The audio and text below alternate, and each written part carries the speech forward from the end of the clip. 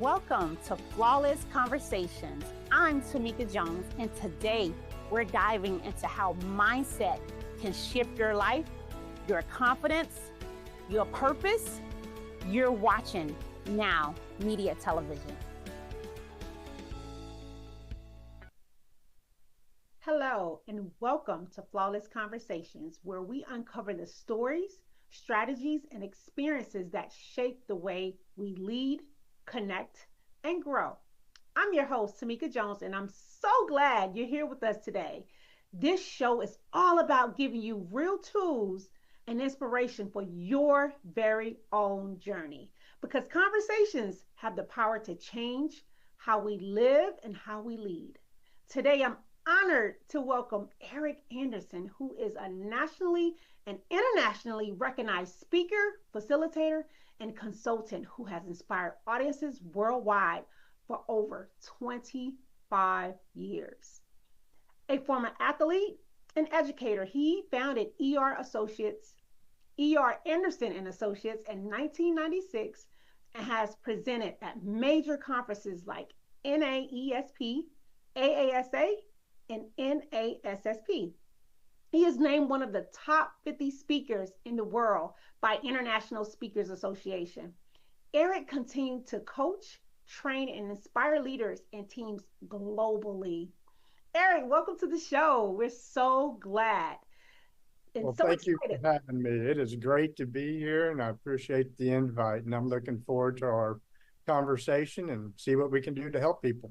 Yes, we're so excited to dive into these flawless conversations with you today, Eric. Thank you.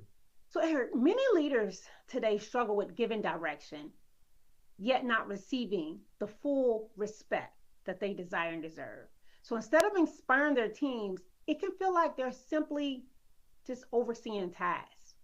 Eric, what is one habit or mindset shift that helped leaders move from just managing tasks to earning the trust and the admiration within the organization? Well, I appreciate the question, and there's a lot into that. But some of the things that I think are important to know, there's a mind shift out there that's happening or possibly needing to happen from the old school stuff of the traditional kind of the command control type of leadership that does not work anymore. It may have worked in the past, but it doesn't. And so if I'm focused on all the rules and all of the outcomes and a bunch of numbers and graphs and pieces of paper, I'm missing it. If I ask the question, what should come first, rules or relationships? People are going to say relationship. But if I ask the employees what feels like comes first, they say rules. So they feel like it's a command control thing and they don't have a voice.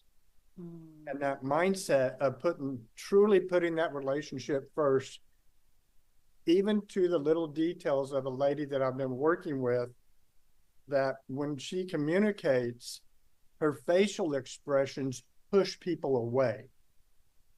And I'm like, you got to fix your face.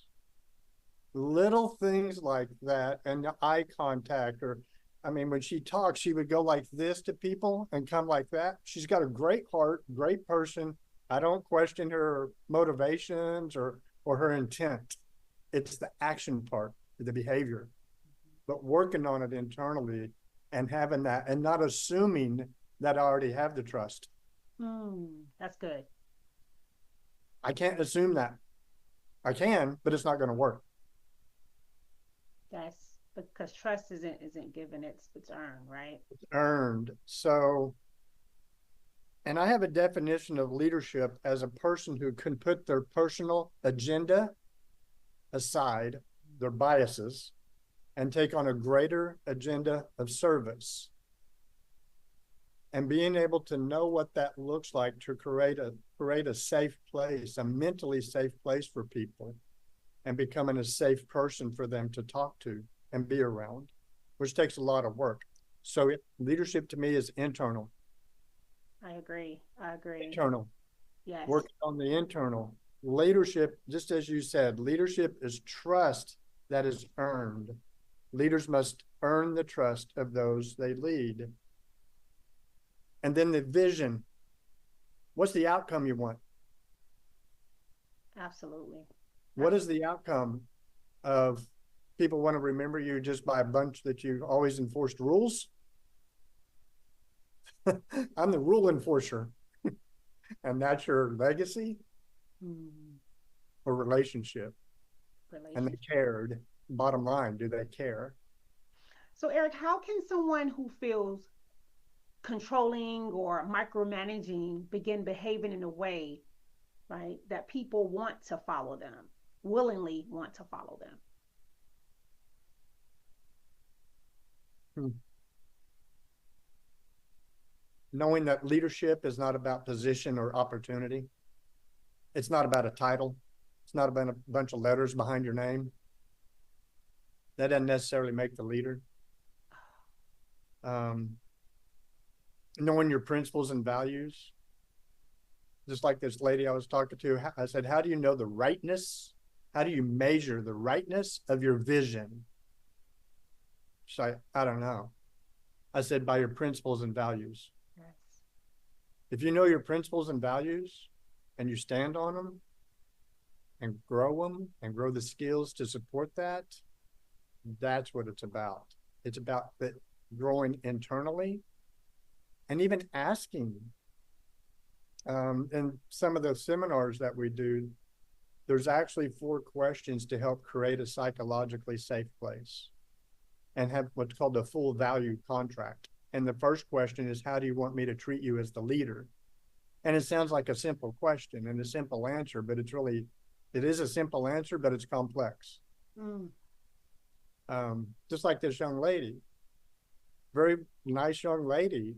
And she said, I want to be treated with respect and dignity and honored and listened to and safe mentally. And in light of what's going on in the world today, we're missing this. Yes. We're missing this. And putting other people's success ahead of my own. If I help the team be successful, what happens to my success as a leader, as the owner? If I grow my team, which first I grow myself, but then grow the team and grow that trust through just simple things like, how do you want to be treated? Well, respect, define it. How do you know? I was respectful. How do you know? Did you ask them? Or are you assuming that you showed respect? I don't know unless I ask them. And everybody defines it different. Yes. So life experience, culture, faith, heritage, all beliefs, all that. So everybody can have a little bit of different definition of what that looks like for them. Mm-hmm. Understanding your customer. Absolutely. I agree. I agree. And you know what, Eric? I'm reading the Tao of Leadership book by John Hyder. And Yes. he reminds us that true leadership, same what you're saying, true leadership isn't about impressing or controlling others, right? It's Yep. about being honest and consistent, right? When your Yes. values on the inside match the outside, right? That's when others will be willingly to lead. And that's what they'll see. They will see the behaviors that line up with that. And if it doesn't line up, to be trustworthy, you have to be credible. If you're not credible, I'm not going to trust it, and they're not going to trust me, and they shouldn't. We're seeing lots of things of indictments right now, a lot in our leaderships, from presidential election type stuff to governors to police officers to all of it, teachers, whatever, right? A lot. Integrity is what's missing. And that relationship and being focused on the relationship, not the rules. Absolutely. If there are rules, and that's fine, I'm not against the rules. I want to know what the heart is behind the rule. Is it out to get me or help push the relationship closer together? Rules should push the relationship closer together in trust. And when asked the question, how do you want me to treat you? And I'm doing that with a group of 20 people or 30 or 60 or large organizations with 60,000 employees. You look at that and you start developing trust. You're negotiating a relationship. How are we going to treat each other? How should we treat each other? Are we doing it? No. So what's going to happen if we don't? And we're focused to me, we've spent billions of dollars on graphs. We've spent billions of dollars on technology. And that has not produced high productivity. I totally agree with you, Eric. I totally agree. And I'm not against the technology, but people are way more important than processes. Gotcha. Yes. So coming up, Yep. hold that thought, Eric. Coming up, we'll explore one of the most important cornerstones of leadership, which is building trust. We've already delved in it a little bit, but Eric's going to dive in it a little more. Right. So don't go anywhere. We'll be right back with more of Eric. Thank you. We'll be right back to remind you that healing is possible. Confidence is yours and that you are flawless. This is Flawless Conversations on Now Media Television.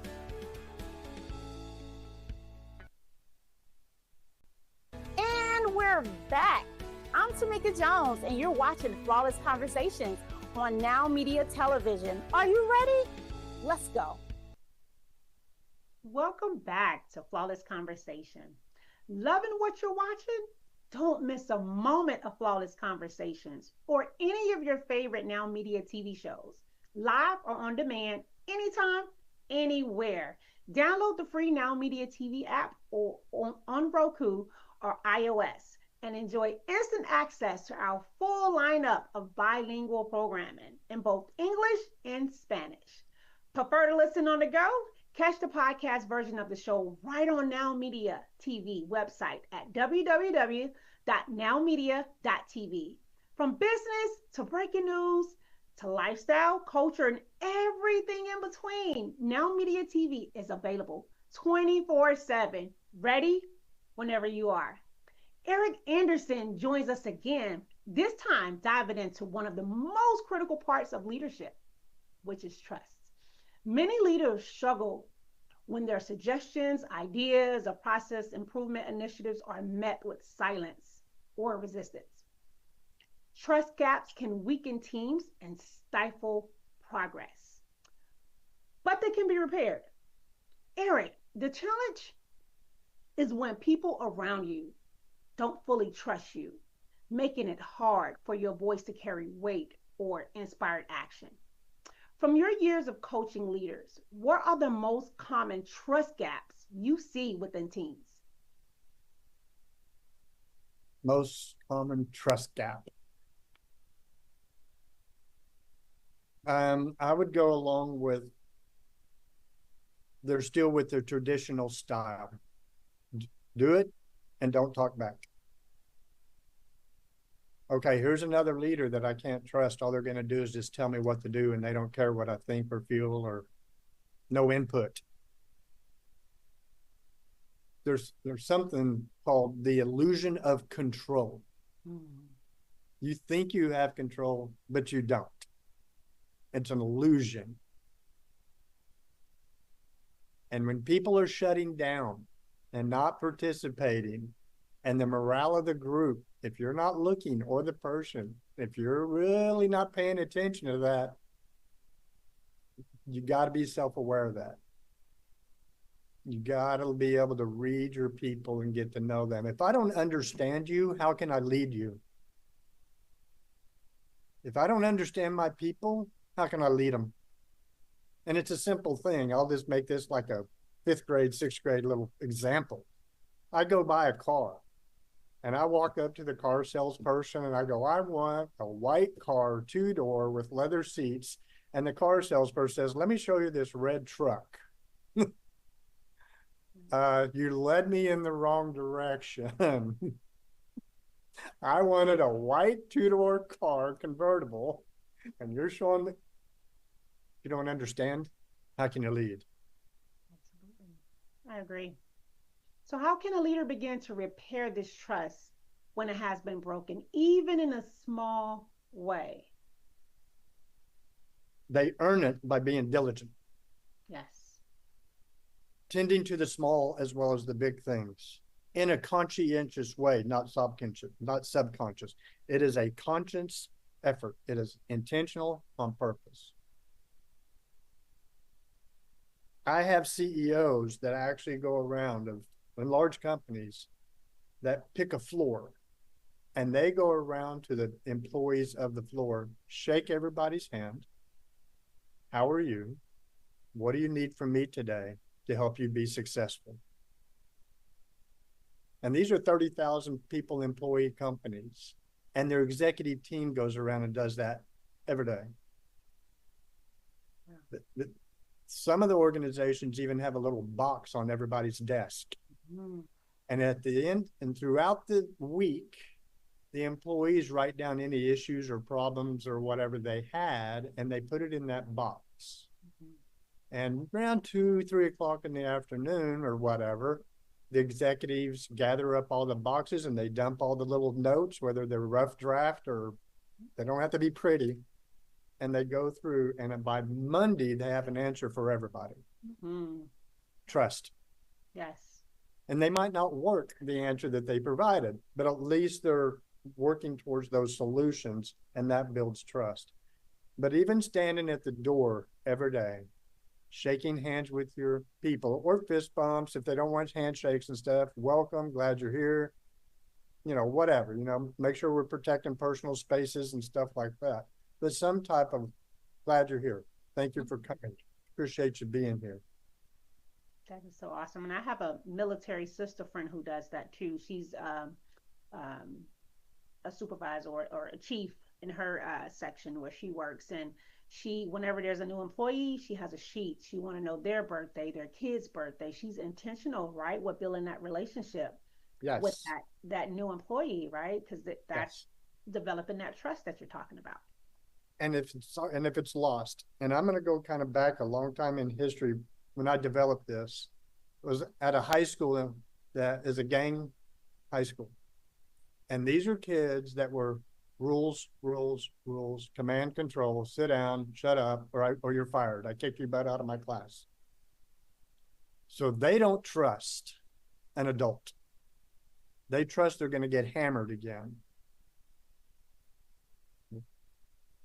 So walking them through these processes, all 400 students I had that year did not drop out. They got out of their gangs and they went to post-secondary something after high school, college, military, electrician, plumber, etc. But I focused on building that relationship. I stood at the door every day, shook their hand, fist bumps, whatever. Some kids would not shake my hand the first couple of weeks because they don't trust.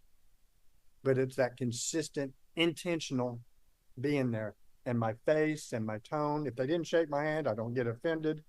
I don't get defensive. I receive it.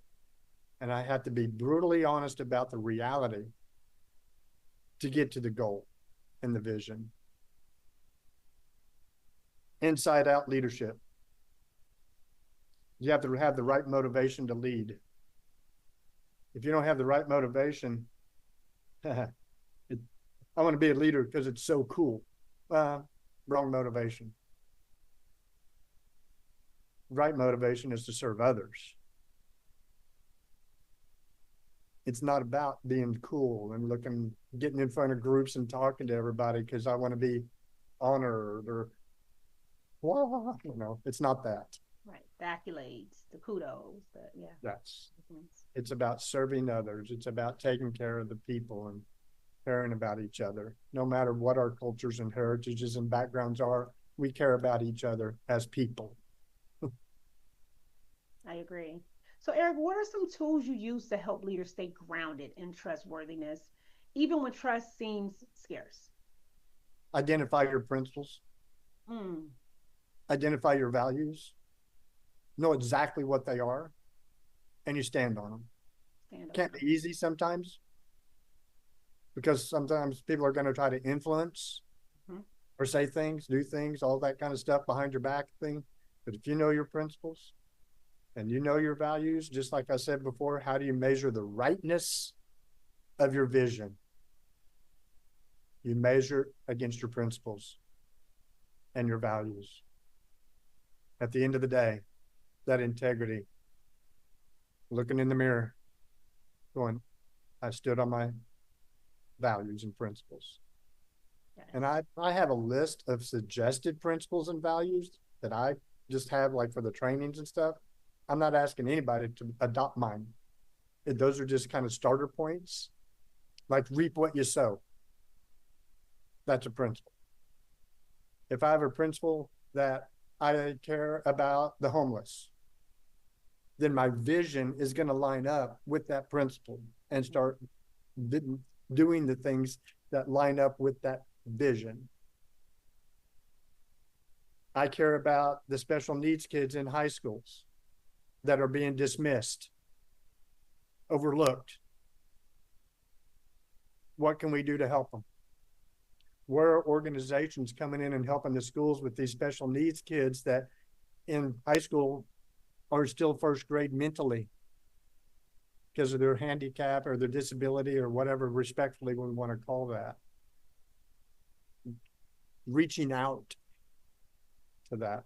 Yes. So, Eric, for those who want to learn more from you, where can they find your resources, workshops, or connect with you online? Like the website, Yes. it's www.erandersonandassociates.com. Telephone 210-254-2869. You have social media as well, or LinkedIn. LinkedIn? Okay. And is Yes, that ma'am. Anderson at LinkedIn? Yes. Okay, awesome. So, up next, we'll talk about the powerful role of emotional intelligence that it plays in leadership and why IQ alone won't carry you. So, go grab a cup of coffee, a cup of tea, but make sure you come right back. So, stay tuned with more of Eric. We'll be right back to remind you that healing is possible. Confidence is yours and that you are flawless. This is Flawless Conversations on Now Media Television.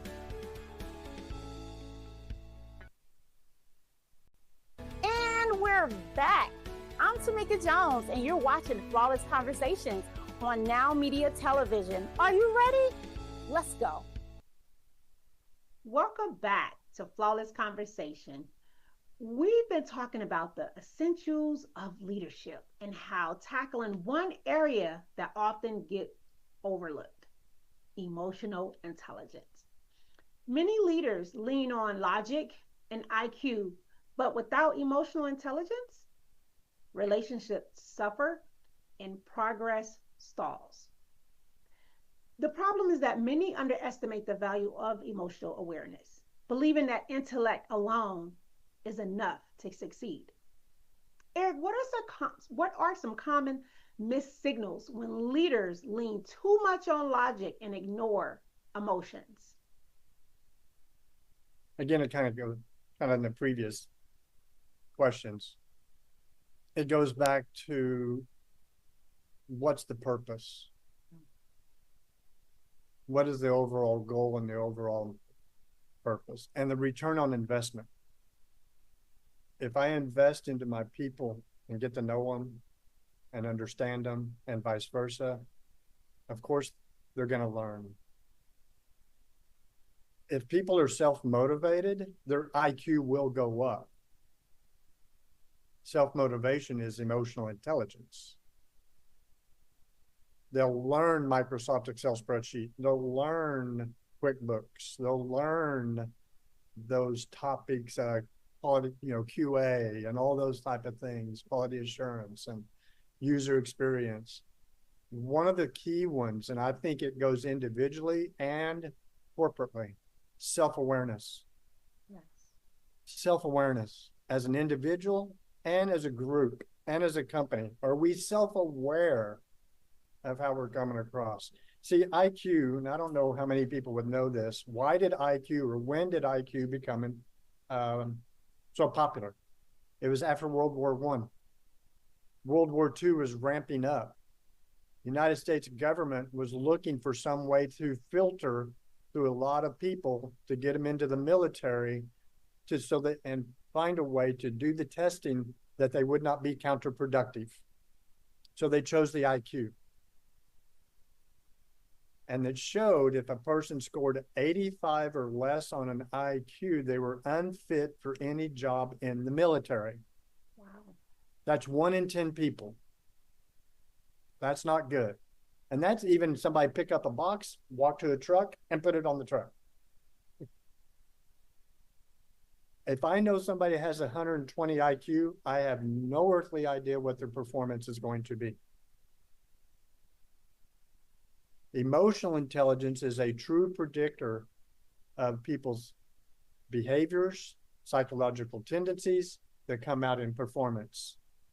There's actually an instrument that I use that's 75 years old, developed by Dr. Harrison Goff, University of Stanford, that measures emotional intelligence. It's a C-level psychological instrument. It's had 60,000 dissertations done on it. We can set a norm for a group on emotional intelligence and put growth plans to emotional intelligence. So not only am I going to have IQ and learn that kind of learning, but I'm going to put in my processes and into my organization and systems of growing people in emotional intelligence to become a learning organization also. The whole team is a learning organization.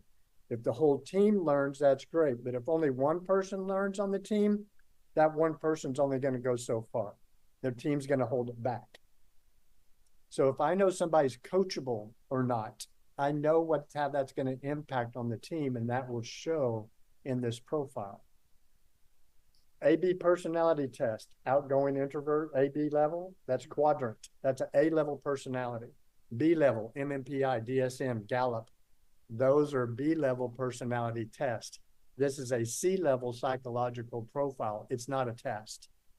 It measures psychological tendencies that come out in the behaviors that impact the team. So let's say one person's dominant on the team and tries to take control of it. What's that going to do for the trust and the morale of the whole team? So being able to identify that and put that on a growth plan. That's the power of emotional intelligence. It is extremely powerful to help grow people, grow an organization, create a safe place so people can thrive. That's I'm sorry. So whenever you're going into an organization, is that the test that or the assessment that's done with each member, not just with leadership, but is it with each? Everyone. Okay. And they use it because it follows EEOC guidelines. So it helps identify the job a person ought to be and put them in a fit. It helps them fit the position. We have super high turnover rate. We're spending billions of dollars in turnover rate, and one of it is because we're not fitting the person with their gift. It's not a fit for the company or the person. But if I can identify the fit, then the person thrives and the company thrives. In the family, if I'm not coachable as a dad, what's that going to cause in my family? I'm the best dad ever. You can't teach me nothing. I got to, You're not coachable. You're going to hold your whole organization back. Yeah. Yeah. So there's a theory called the theory of constraints. It's a book years ago, Eli Goldratt. I put it into behaviors and developed 5 laws. And one of the laws is no organization can rise above the constraint of its leader in emotional intelligence. If I'm not willing to grow and learn as a leader, my company is going to stop. So is my family. If I'm not coachable and the hard feedback like that lady, you got to change your face. And it's going to take some work, but that's okay. Self-awareness.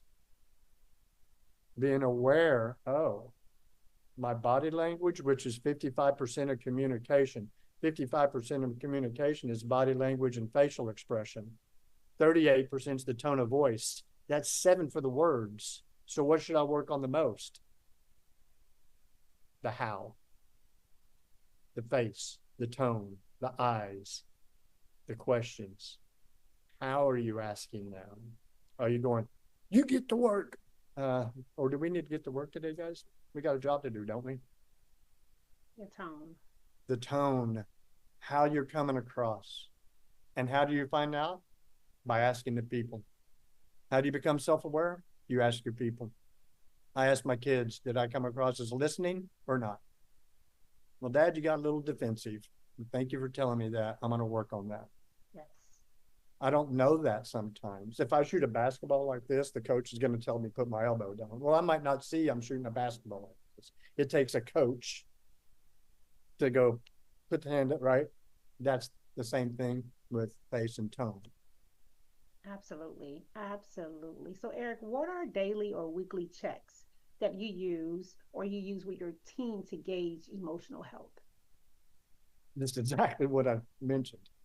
I have a list on listening, coachability, approach, true open door, seeking to understand, not listen to respond, but listen to understand. That's good. I think I have it right here. If not, I'll move on. That's good. Here it is. Before you speak, have I truly earned the right to speak into someone's life? Ask yourself, have I truly been doing the things necessary in the relationship to even come close to speaking into their life? Ask, have I truly earned the right and the trust? If you have not done these things, you have not earned the right to even come close to trying to speak into someone's life. You want respect? You have to win their heart. Or you're not going to get the respect if you don't win their heart. You want respect? Win their heart. You want commitment or you want compliance? And that goes with any relationship, not just That's any leadership work, yes. home.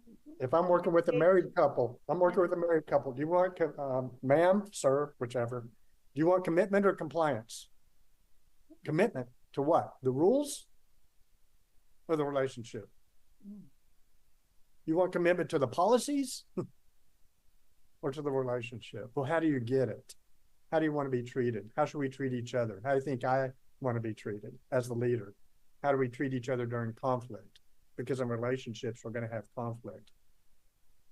Those 4 questions usually take about 4 hours in the training I do to answer. How you want to be treated? How are we going to treat each other? How do you think I, as the leader, want to be treated? How do we treat each other during conflict? How should we be treating each other? Screaming, yelling, and hollering at each other, shooting each other? That's not solving anything. Nope. It's making the relationships further apart and more divisive. Yes. Eric, every time we talk, oh my goodness, you always bless me. Every time you talk, you always drop these little nuggets, and we've been talking for a while now, and yes. I really enjoy your leadership conversations. I do too. And I just love people. I care about people and I believe in their potential. I believe that's the leader has to believe in the potential of people, not processes, not a piece of graph paper. Those are important. Hey, we're at 70%. We're at 70% in sales and it's the 20th of the month. Okay, that's important. But how are you going to get your people to get the other 30%? Command control? Get your butt out there and get to work. No. Listen. Win their heart to win respect. Yes, I agree. So coming up, we'll explore how to lead with deeper purpose, not just metrics. And Eric, you touched on this earlier. So leadership becomes more meaningful and lasting. We'll be right back with more of Flawless Conversations. Thank you.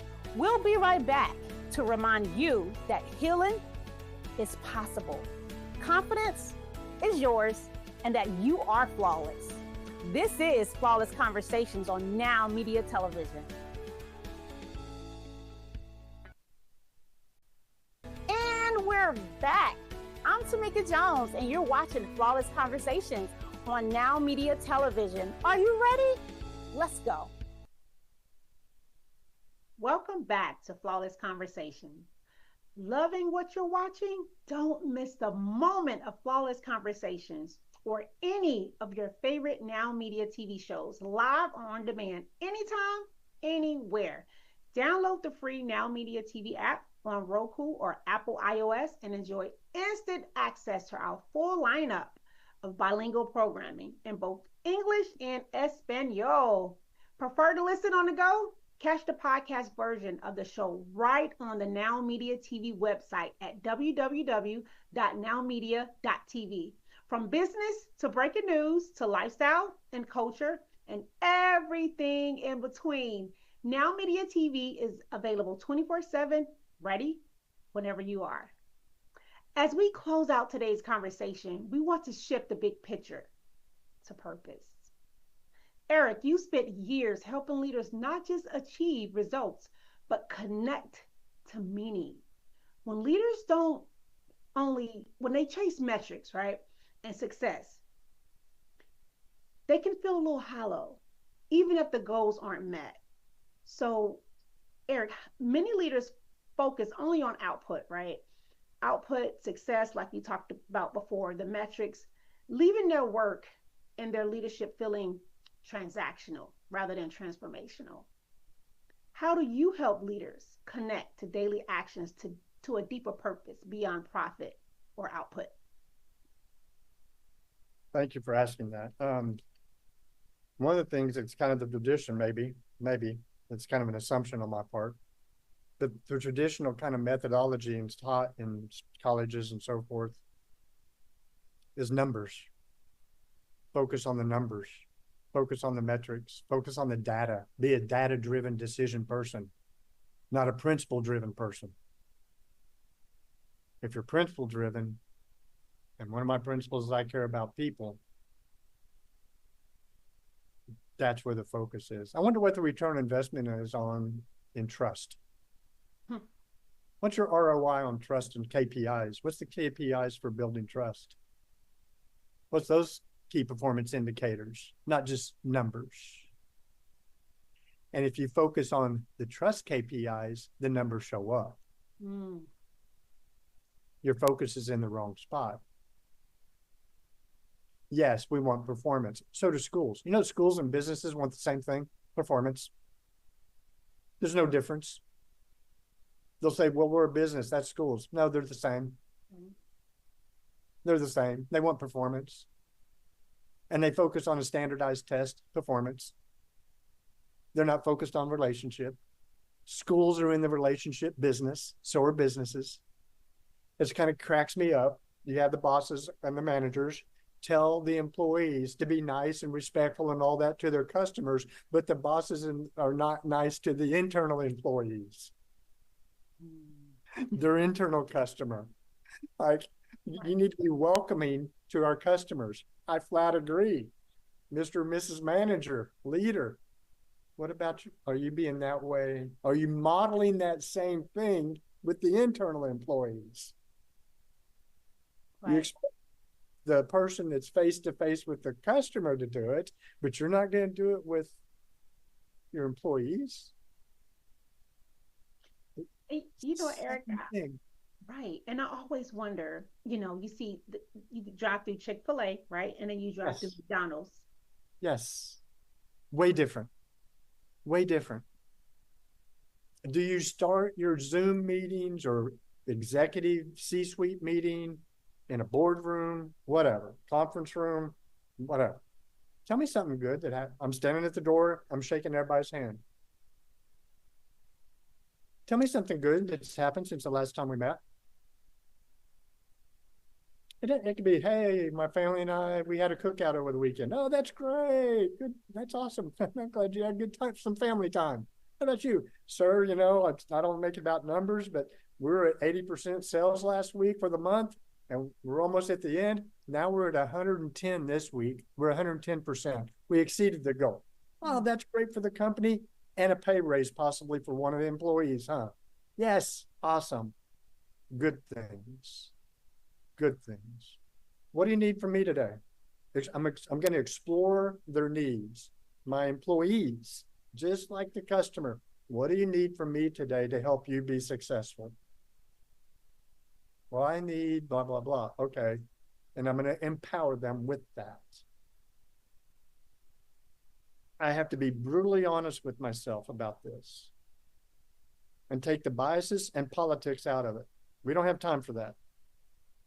We got to get that out. And I'm not talking politics as far as government type politics. I'm talking, we don't have time. We got to be honest. We got to get down to earth, keep our feet on the ground. If I reach for the moon, but I don't keep my feet on the ground, it's nothing. I got to keep my feet grounded and real on my principles, values, what I stand for, what I'm about. I care about people, and I'm going to stand on that. Yes. And if I lose that, then we're done. We're done. Yeah, I agree. I totally agree. Good stuff. So what practices, Eric, help leaders stay anchored in purpose when pressure pushes toward the bottom line? Depends on the person. Everybody's different. And so even kind of what we've talked about today, I've made some statements that I want to ask some people some things like, I've said this, but let's talk about it because everybody's different. Right. Some people keep a journal. Some people keep little things on their desk, little reminder, like a little post note or card, index card with just maybe 4 or 5 little bullet points, core value principle stuff. You got to keep it in front of you. Reap what you sow, like on your computer or whatever. Just those type of things. Surround yourself with 2 or 3 people that will give you the brutal feedback in a good, constructive way. That you know it's for your it's out for your good, not out to get you, right? Have 2, 3 people. I think in a lifetime, there are people that go a lifetime without having anybody that can truly speak into their life. I find that sad. A lot of people only have 4 or 5 people in a lifetime that can speak into your life, and vice versa, to help stay that way. Somebody you can vent to, talk to confidentially, all those times. And it's not personal attacks or nothing like that. It's just getting it out, getting all the distractions, all the stress and all the emotions out so we can focus back on what we're about. Because there's a lot of distractions out there, a lot, and more, I think, every day. Right. So what I heard you say is the daily practices that you have, affirmations is what you use. That's what I call affirmations. I'm the affirmation queen, by the way. You don't know. Gotcha. Affirmation, affirming who you are and walking in that affirmation yes. every day. Community is what you mentioned too, and also a mentor, a good mentor. Yes, identity. And keep that identity. If you lose your identity, then you've lost it. Gotcha. So Eric, every show with my guests, I will ask the guests to give the audience a flawless nugget and a flawless fact. So a flawless nugget is any type of inspiration or any type of quotes or memes or whatever that you may have that they can use anytime, anywhere. It doesn't have to be something long, but something that they can use with wisdom or inspiration or motivation. So give us a flawless nugget. A flawless nugget. Lots of things are going through my mind, but I'm going to go with a newborn baby is extremely valuable, right? No price tag. The baby did nothing to earn it. Nothing. You're valuable no matter if your performance is high or low. You're still a valuable human being. It's not based on performance. The baby has 0 performance. Can't mow the lawn, can't do the dishes, but they're valuable. You're a valuable person, not based on your performance. It's based on being human. You're breathing and you have purpose. You have life. Exactly. Ah, That love it. newborn baby is extremely valuable. So is every individual person on the face of the planet. Now, some of them might not need to be in society, but they're still a valuable person internally as a human and should be treated how. And that's how you should treat yourself as a valuable, as a newborn baby with life experience the baby doesn't have. Ah, love it, love it, love it, Eric. And a flawless fact, something about Eric that we all should know or will want to know about Eric. It could be something fun, funny, inspirational, just something about Eric. I have a weird sense of humor. I have a funny sense of humor. It just kind of it's just there. But but it's nothing to be offensive or nothing. It's just a sense of humor to have some fun and laugh and play around. I like to play golf and you know, type stuff. So And that um was make that what makes you you, Eric. Your sense of humor, your awkward, weird, or whatever you want to call it, sense of humor. You, right? yeah. Yep. I It's love how the it. person is designed. Yeah. And you were knitted in your mother's womb of your innermost being. That's who you are. Innermost being was knitted in your mama's womb. That's your boundary. That's your boundary. And the ultimate vision is one of yourself being the very best person you can be. That is the ultimate vision. But integrity is something you earn every day. That that's the ultimate vision. It's not making $1 million.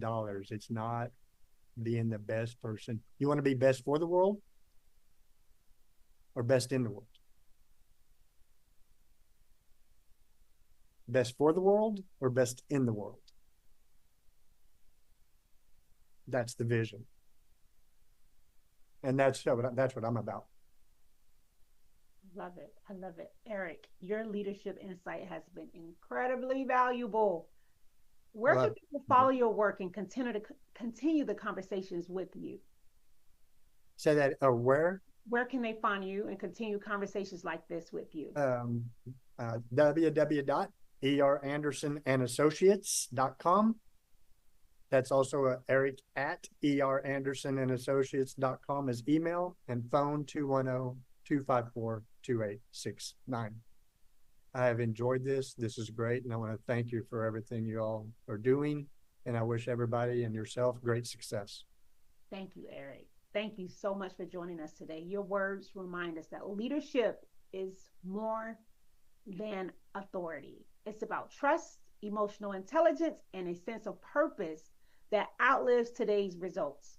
For everyone's watching, I hope you're leaving this conversation with a renowned sense of what it means to lead, whether that's in the workplace, in your community, or even your family. Remember, leadership isn't about managing people, it's about inspiring them to grow, connect, and believe in something bigger. One of my very own favorite quotes is, "We were all created on purpose for a greater purpose." Thank you for spending this time with us here on Flawless Conversations. I'm your host, Tamika Jones. Until next time, keep leaning into meaningful conversations and moving forward. Thank you and stay flawless.